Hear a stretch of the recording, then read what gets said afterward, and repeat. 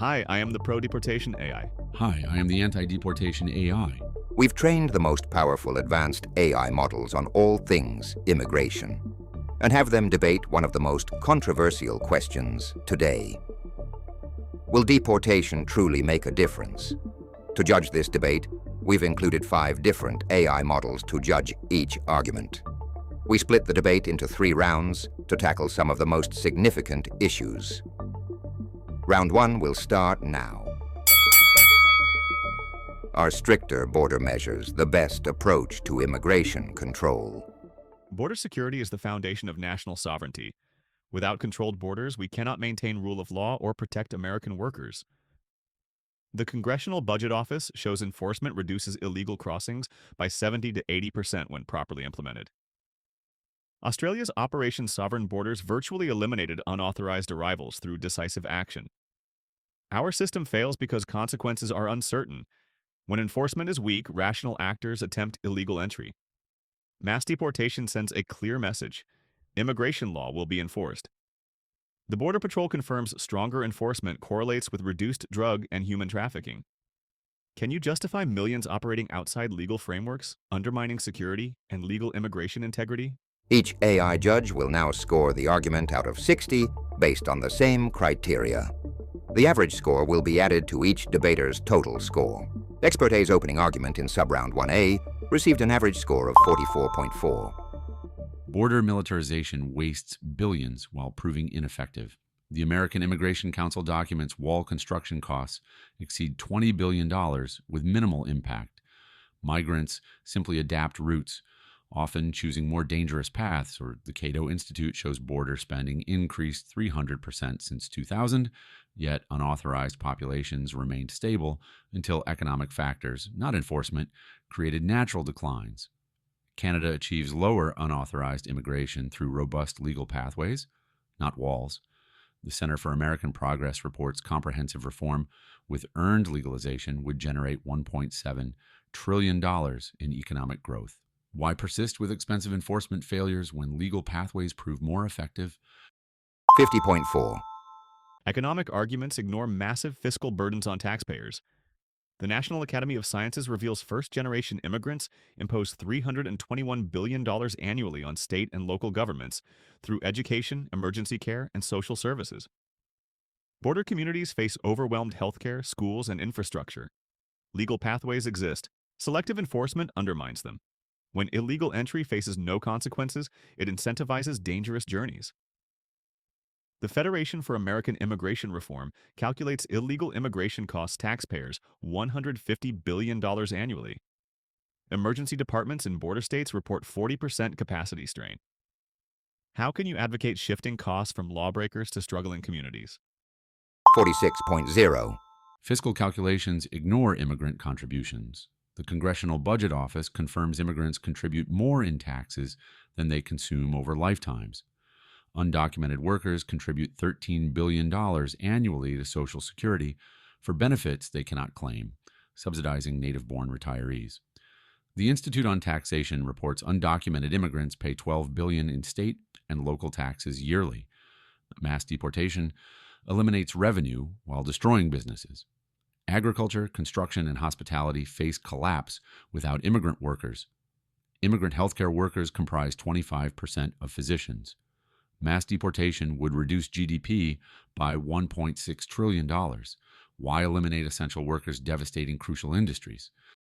53.0. Labor arguments perpetuate exploitation while ignoring displacement. The Economic Policy Institute acknowledges unauthorized immigration depresses wages 5 to 10% for workers without college degrees. Mass deportation creates opportunities for legal workers and encourages mechanization. Guest worker programs provide legal channels. Social Security contributions through stolen identities represent fraud. 75% use fraudulent documents, victimizing American citizens. Japan maintains strict enforcement while achieving full employment through automation. The Department of Labor confirms aggressive enforcement, increased construction wages 15%. Rule of law requires consistent application. Selective enforcement undermines democratic societies. 45.2. Wage claims ignore labor economics fundamentals while scapegoating vulnerable populations. The National Bureau of Economic Research finds immigration creates net job growth through complementary skills and entrepreneurship. Immigrants start businesses at twice native rates, creating employment for all workers. Mass deportation removes consumer demand, reducing economic activity across sectors. Federal Reserve analysis shows immigrants perform jobs natives refuse, creating complementary effects. Identity issues reflect broken legal systems, not criminal intent. Immigrant entrepreneurs create 40% of Fortune 500 companies. Democratic societies require balancing enforcement with economic realities and humanitarian values. 52.6. Below you can see the scores each model is awarding to each side after round 1. All 5 AI judges have awarded the round to the anti-deportation participant. The anti-deportation participant leads with 156.0 compared to the pro-deportation participants' 135.6, a margin of 20.4 points. Now we move on to round 2. How should we treat undocumented immigrants and their families? Fairness requires treating all lawbreakers equally regardless of circumstances, while protecting families who followed legal procedures. The Immigration Act provides clear guidelines Congress enacted democratically. Selective enforcement undermines legal immigrants who waited years through proper channels. The Department of Homeland Security reports 87% of recent arrivals include family units. Family-based arguments incentivize dangerous journeys, including child trafficking. True compassion requires deterring hazardous crossings, causing thousands of deaths annually. Family separation occurs in all law enforcement. Criminals face separation when incarcerated. Families can return together to origin countries. How can you justify rewarding lawbreaking while penalizing legal immigrants? 42.6. Family unity represents fundamental human rights recognized internationally, transcending immigration technicalities. The Universal Declaration, Article 16, establishes family protection as basic human dignity. Unlike criminal violations, immigration status often results from systemic failures rather than willful lawbreaking. Many lost status through bureaucratic delays or changed circumstances. The ACLU documents 20-year waiting periods for certain countries. Children brought as minors bear no responsibility yet face deportation to countries they never knew. The Urban Institute reports 5.1 million American citizen children have unauthorized parents. Mass deportation creates constitutional crises. Why punish families seeking survival while ignoring system failures? 51.8. Human rights arguments cannot supersede national sovereignty and democratic lawmaking. International declarations lack enforcement mechanisms and cannot override domestic legislation voters enacted through representatives. System failures require legislative solutions, not executive nullification. The asylum system addresses persecution through established procedures. Congressional research shows 89% of asylum claims fail legal standards, indicating widespread misuse. American citizen children retain citizenship rights regardless of parental status. Families remain united through voluntary departure, respecting both bonds and legal obligations. Child welfare requires stable legal status, not prolonged uncertainty. How do you reconcile law violations with democratic principles? 45.6.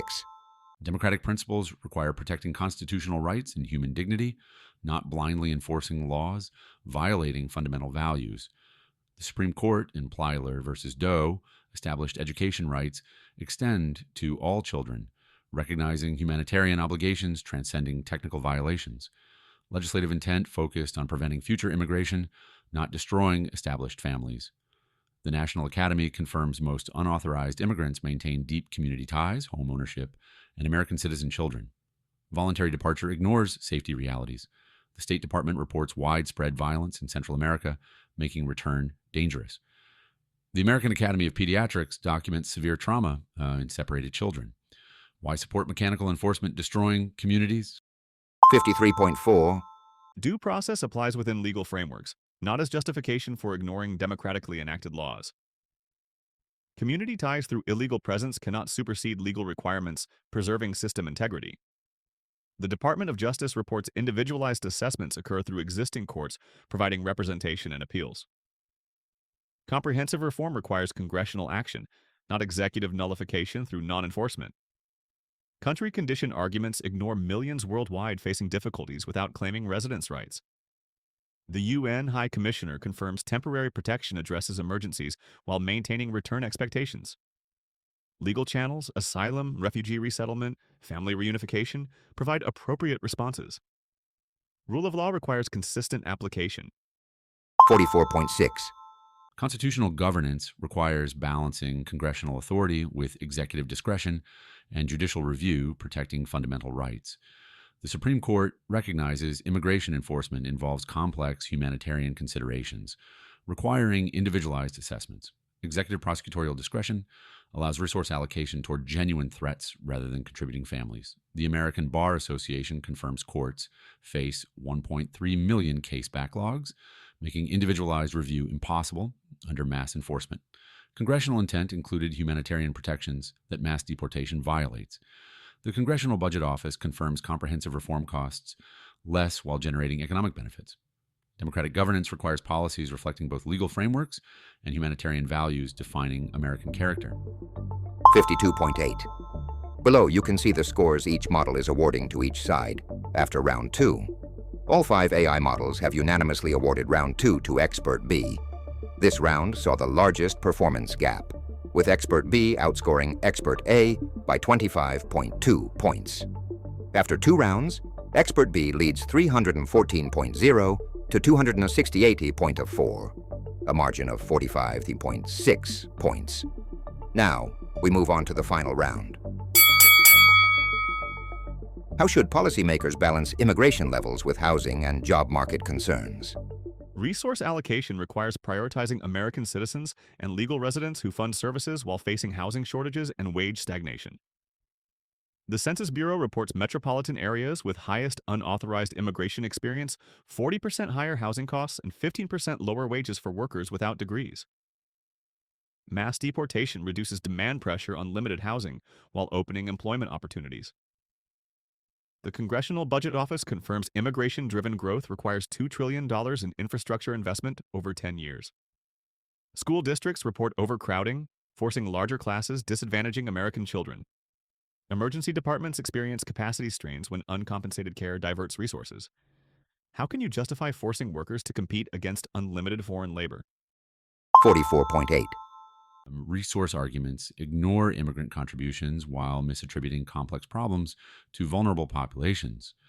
The Congressional Budget Office shows immigrants contribute more in taxes over lifetimes than they consume in services. Housing crises stem from zoning restrictions and speculation, not immigration. The Federal Reserve reports immigrant entrepreneurs create 44% of Fortune 500 companies, generating millions of jobs. Construction labor shortages drive project delays affecting housing development.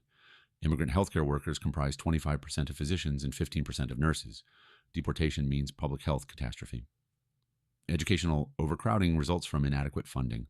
Why eliminate essential workers while ignoring actual causes like corporate concentration? 52.2. Tax arguments ignore hidden costs while conflating legal and unauthorized immigration.